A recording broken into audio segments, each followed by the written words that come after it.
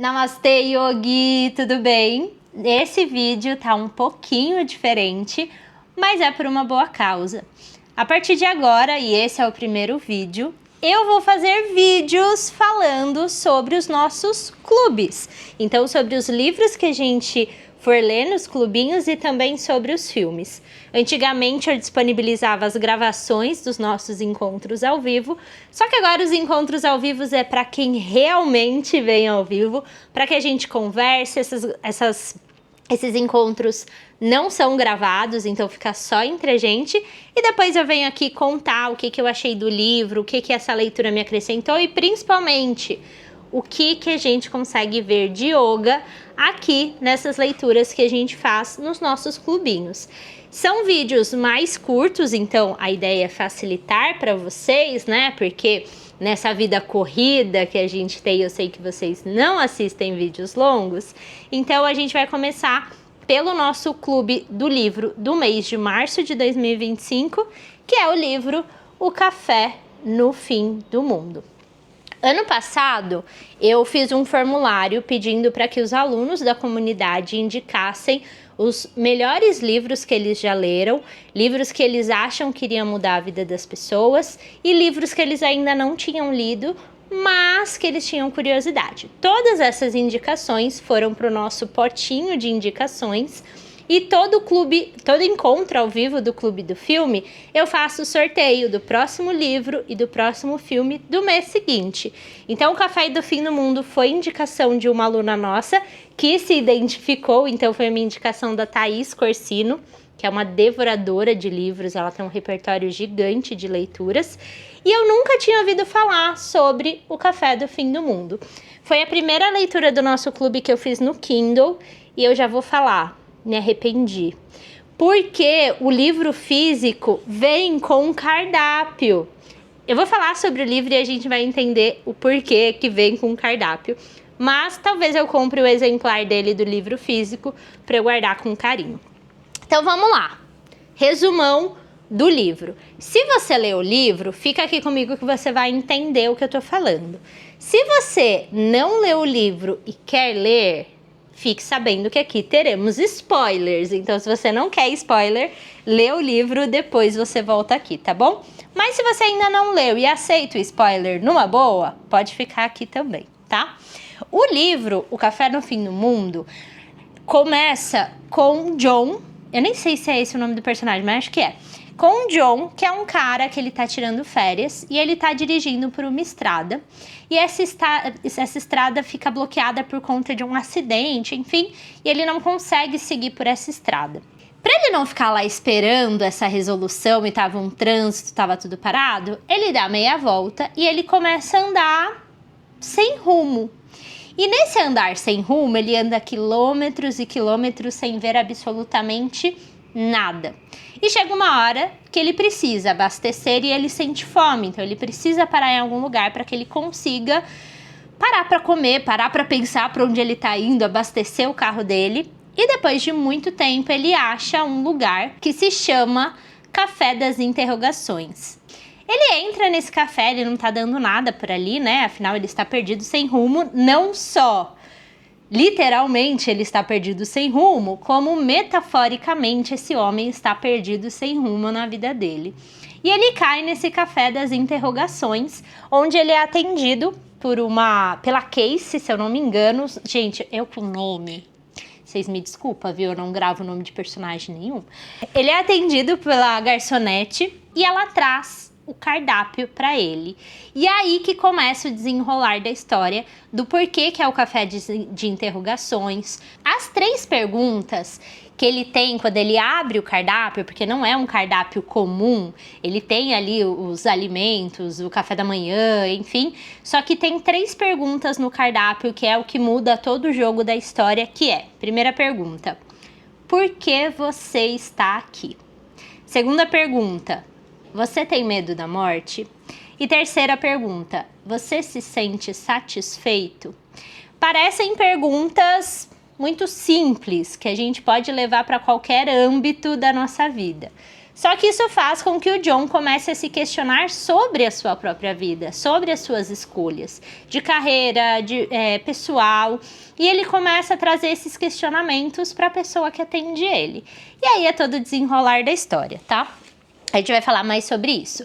O Café do Fim do Mundo, ele é um livro que é muito fácil de ler, muito acessível, muito rápido, é um livro curtinho.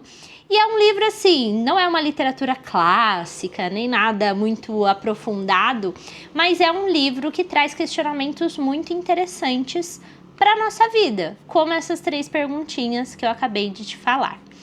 Começando pela primeira pergunta: por que você está aqui?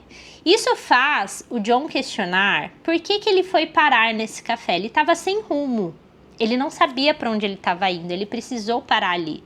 Foi uma coisa do destino, era para ele estar ali. E aí a gente traz essa pergunta mais profundamente para nossa própria vida. O que eu estou fazendo aqui? Por que eu vim para esse mundo? Eu estou trabalhando com o quê? Eu estou vivendo a minha vida de que forma? Por que eu estou aqui? Se a gente parar para refletir isso na nossa vida, olha, dá meditação, dá pano para manga, para terapia. Tem muitas coisas que a gente pode concluir meditando em cima dessa pergunta. Por que eu estou aqui? Para mim, pessoalmente, Luísa, me trouxe inúmeras indagações, inúmeras reflexões, principalmente sobre a minha carreira, de que rumo que eu tô seguindo, será que é isso que eu quero fazer, será que eu não quero estar explorando alguma outra coisa, será que eu não quero aprender uma carreira diferente, uma coisa diferente? Então eu comecei a me perguntar, por que a gente tá aqui? E aí eu vou trazer isso em relação aos nossos yamas e niyamas, que é pra gente ver o yoga em tudo. Quem tá na comunidade, tem acesso a esse planner de forma digital, ou você pode mandar imprimir.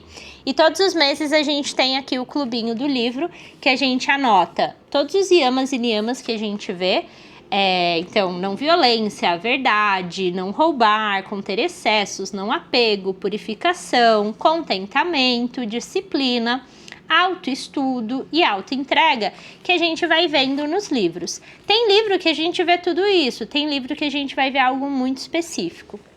No Café do Fim do Mundo, eu vejo muito uma busca por Satya, uma busca pela verdade. Quando a gente começa a fazer indagações de por que eu estou aqui, nada mais é do que a gente se conectar com a gente mesmo, com a nossa essência, com aquilo que faz sentido pra gente, para que a gente entenda o que a gente está buscando nessa vida. No yoga, a gente trabalha muito essa questão de voltar para dentro, de deixar que o externo nos influencie para entender o que é importante para mim. Qual que é o meu satya? Qual que é a minha verdade? O que eu estou buscando? Então, essa primeira pergunta do livro, do porquê estou aqui, na minha visão, é uma busca de satya, dessa verdade, e também um autoestudo, então, Swadhyaya, que é um dos niyamas. É pra gente se questionar mesmo, e a vida toda a gente tá se questionando, a vida toda a gente tá mudando de opinião, a vida toda a gente tá vendo e revendo aquilo que a gente acredita. Então eu vejo muito Satya, verdade, vejo muito Swadhyaya, autoestudo, e também vejo uma pitadinha ali de Ishvara Pranidhana, de uma autoentrega, de você se permitir questionar, que muitas vezes a gente nem se permite isso. Vamos para a segunda pergunta? Você tem medo da morte? Isso também traz um lado de você trazer esse autoestudo, de você trazer essa visão mais aprofundada de si mesmo. Eu já parei em algum momento para pensar na morte? A morte me causa qual sensação? No yoga, a gente trabalha a morte todas as aulas, todas as práticas, a todo instante. A gente começa a prática, a gente faz nossas respirações, aquele aquietamento, a gente movimenta o corpo, faz todas as técnicas corporais e ali no finalzinho a gente faz o nosso Shavasana. Quando a gente faz o Shavasana, que nada mais é do que a postura da morte, a postura do cadáver, é onde a gente deixa para trás tudo aquilo que não vai servir mais pra gente. E leva com a gente só o que foi importante daquela prática, só o que a gente precisa carregar naquele momento. O Shavasana é parte importantíssima da nossa prática de yoga. Ele que faz o desfecho de toda a prática. É o encerramento do ciclo para que um novo ciclo se inicie. A gente morre para poder renascer, não vou dizer renascer melhor, mas renascer mais consciente. Então, de tempos em tempos, a gente passa por essas mortes. E mesmo que você não pratique yoga, você passa por mortes diárias. O momento em que a gente vai dormir é considerado uma morte, a hora que a gente acorda é um renascimento. Então, o tempo todo a gente está passando por pequenas mortes, por pequenos lutos, e o yoga traz isso de uma forma tão consciente e tão natural para que a gente não tema a morte, para que a gente não tenha medo desses encerramentos de ciclos, para que a gente perceba que tudo na vida tem um momento de início, meio e fim. Dentro dos yamas e niyamas, por exemplo, a gente trabalha a morte dentro do desapego. Desapegar de um ciclo para que outro se inicie. Eu não consigo trazer novos ciclos sem me desfazer de outros. Eu não consigo ser uma versão de mim mesmo, diferente daquilo que eu sou, se eu não deixo partes de mim para trás. Então, quando o livro traz esse questionamento, você tem medo da morte? É uma cutucada de você tem medo de desapegar daquilo que você tem hoje? Você tem medo do próximo passo? Você tem medo do seu próximo ciclo? A morte não necessariamente ela precisa ser literal, mas é uma morte metafórica de coisas que a gente faz na vida. Mudar de casa é uma morte, é um encerramento de ciclo. Mudar de emprego é uma morte, é um encerramento de um ciclo. Mudar de relacionamento, mudar de país, enfim, mudanças. E não mudanças grandes, mas pequenas mudanças na nossa rotina, no nosso dia a dia. São pequenos desapegos que a gente vai trabalhando, pequenos aparigrahas, como a gente chama, né? Que isso é o yama do desapego. Então vamos para a terceira pergunta do livro. Você se sente satisfeito? E aqui eu vou trazer uma visão muito minha, muito Luísa, tá? Eu acho que nós, como seres humanos, a gente nunca vai chegar numa satisfação completa da vida, seja ela do que for. A gente vai ter momentos em que a gente vai falar, nossa, que delícia isso que eu tô vivendo, que delícia esse relacionamento, que delícia a vida que eu construí. A gente passa por esses momentos de contentamento, né? Santosha, que a gente vê nos yamas e niyamas. Mas a gente tem uma insatisfação nossa mesmo, interna, que é algo muito positivo na minha visão. Eu acho que a gente não vive no conforto. Conforto é gostosinho, conforto é ótimo, mas se a gente ficar muito tempo no conforto, a gente estagna. Então, a gente tem essa chama que vai deixando a gente insatisfeito com certas coisas, até para que a gente busque algo além daquilo que a gente já tem hoje, para que a gente aprenda coisas novas que a gente ainda não sabe hoje. Até porque, quando a gente pratica yoga, isso fica muito mais claro, da gente ver como a gente vai mudando ao longo do tempo. A gente não é a mesma pessoa de um ano atrás. E se for a mesma pessoa de um ano atrás, a gente está com algum defeito. Porque a gente vai tendo novas interações, a gente vai lendo novos livros, a gente vai vivendo outras experiências, conhecendo outras pessoas. O mundo vai mudando nesse meio tempo. Então é impossível que a gente se mantenha a mesma pessoa de um ano atrás. Então se as coisas vão mudando, quer eu queira, quer não, em algum momento eu vou ter que mudar também. A vida vai fazendo com que a gente mude, mesmo que a gente não queira. Então não dá pra gente brigar com a vida, não dá pra gente lutar contra as mudanças, porque elas estão aí. E quando a gente percebe que algumas insatisfações que a gente tem são pra levar a gente para mais experiência, para mais conhecimento, para um lugar diferente daquilo que a gente está acostumado, a gente começa a ver essa insatisfação não como algo negativo, não, olha, estou insatisfeita com a vida, mas como uma chama que faz você ir atrás das coisas que te interessam, das coisas que te despertam desejo, interesse e faz com que a gente se mantenha vivo. Quando eu li esse livro, eu fiquei me questionando muitas coisas e eu caí num vídeo da professora Lúcia Helena Galvão. Se você não conhece ela, sugiro procurar os vídeos dela no YouTube.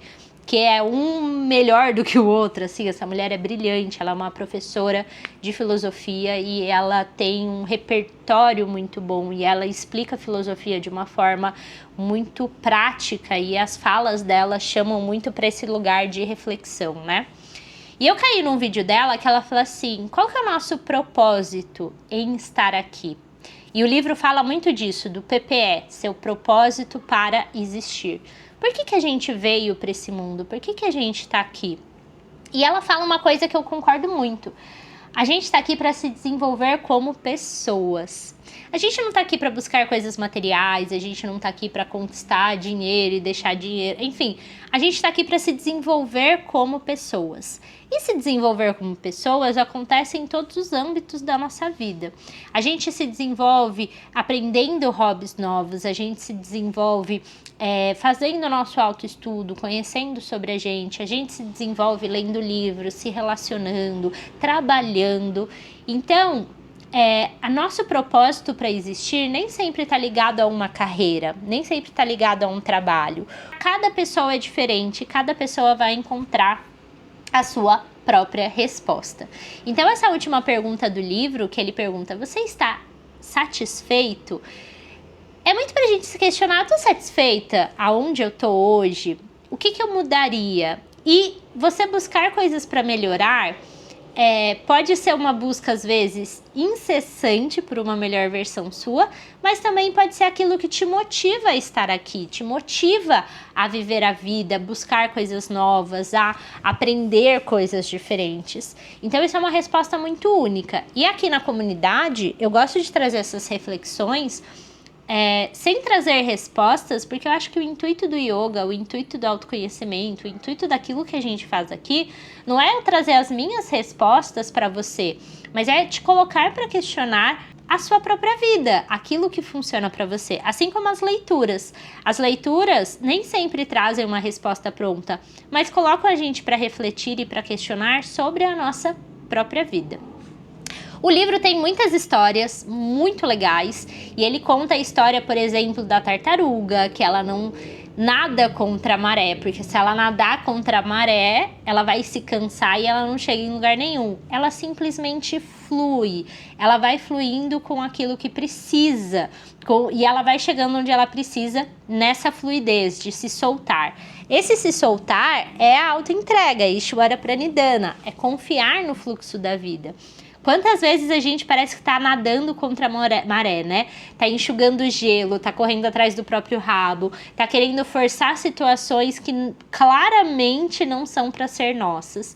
Então o livro fala muito disso, de lembrar desse Ishvara Pranidhana, dessa autoentrega. Obviamente o livro não fala esses termos que eu tô te falando, não fala sobre yoga, mas a gente consegue ver yoga nisso, para que a gente veja que para que a gente consiga ver que o yoga, ele tá em tudo. Se a gente lê, por exemplo, a Bíblia, a gente vai encontrar yoga na Bíblia. Se a gente lê um livro de filosofia, a gente vai encontrar yoga nesse livro de filosofia. Se a gente lê uma literatura clássica, a gente vai encontrar também yoga. Porque o yoga são coisas que são inerentes a gente. O yoga não vai te ensinar nada novo. Porque o yoga é uma filosofia que ele só traz algumas coisas que já fazem parte da nossa vida e a gente reconhece essas questões, como, por exemplo, essa autoentrega que eu tô te falando. Se a gente luta muito com a vida, vai ficando difícil, né, a caminhada. Se a gente se entrega para o que a vida vai apresentando, óbvio, não é só não fazer nada, deixar a vida me levar, a vida leva eu, não é isso, mas é você ter o seu momento de ação, mas também confiar no fluxo da vida, é a gente ser essa tartaruga que não nada contra a maré, a gente vai seguindo o fluxo e aquilo que a vida nos apresenta. Outra história muito legal do livro, ele fala de um pescador. É a história de um cara que foi numa vila de pescadores e conheceu um pescador que ele saía todo dia, ele pescava o suficiente para aquele dia e voltava cedo para casa, fazia comida, para ele, para a esposa, para a família, e eles almoçavam juntos, jantavam juntos, e ele tinha a vida que ele queria, né? Ele era muito feliz desse jeito. E aí esse cara que visitou essa vila falou assim, nossa, mas se você pega o barco e você vai pescar, por que você volta tão cedo? Você poderia pescar mais, e você poderia vender, e aí você poderia ganhar dinheiro, e aí quando você ganha dinheiro, você faz o que você quiser da sua vida. Aí ele fala assim, mas eu já faço o que eu quero da minha vida. Eu pesco o suficiente para hoje, tenho uma vida, um tempo de qualidade com a minha família, e se eu tivesse muito dinheiro, eu estaria fazendo exatamente a mesma coisa. Isso fala muito sobre brahmacharya, que é o conter excessos. Adiantava esse cara querer pescar um monte de peixe, ficar até tarde pescando, vender, para ter a vida que ele já poderia ter fazendo da forma como ele fazia? Então ele também traz essa reflexão sobre excessos, sobre o que é suficiente. E se a gente não sabe o que é suficiente pra gente hoje, a gente nunca vai estar satisfeito com as coisas que a gente vai adquirindo ao longo do tempo. Aí entra para aquela pergunta, você se sente satisfeito? E é por isso que eu falo, eu sempre vou trazer pontos para gerar essas dúvidas, gerar essas reflexões, gerar esses questionamentos, porque não tem uma resposta certa, não tem um caminho único para seguir, cada caminho é de um jeito. Hoje eu vou ficar por aqui. Se você leu o livro e teve reflexões diferentes, ou de alguma forma esse vídeo te trouxe reflexões, deixa nos comentários, é muito bom a gente ver outras visões de outras pessoas, e o nosso encontro ao vivo dos clubes dos livros é justamente para isso, para que a gente consiga ouvir outras opiniões e também aprender com visões diferentes de vida. Agora, o nosso próximo clubinho do mês de abril é a Biblioteca dos Sonhos Secretos, e eu ainda não comecei a ler, mas quando eu ler, eu venho aqui, faço um vídeo e conto para vocês. Espero que você tenha gostado desse novo formato, a gente se vê nas próximas leituras e nos próximos filmes. Um beijo grande e até a próxima. Tchau!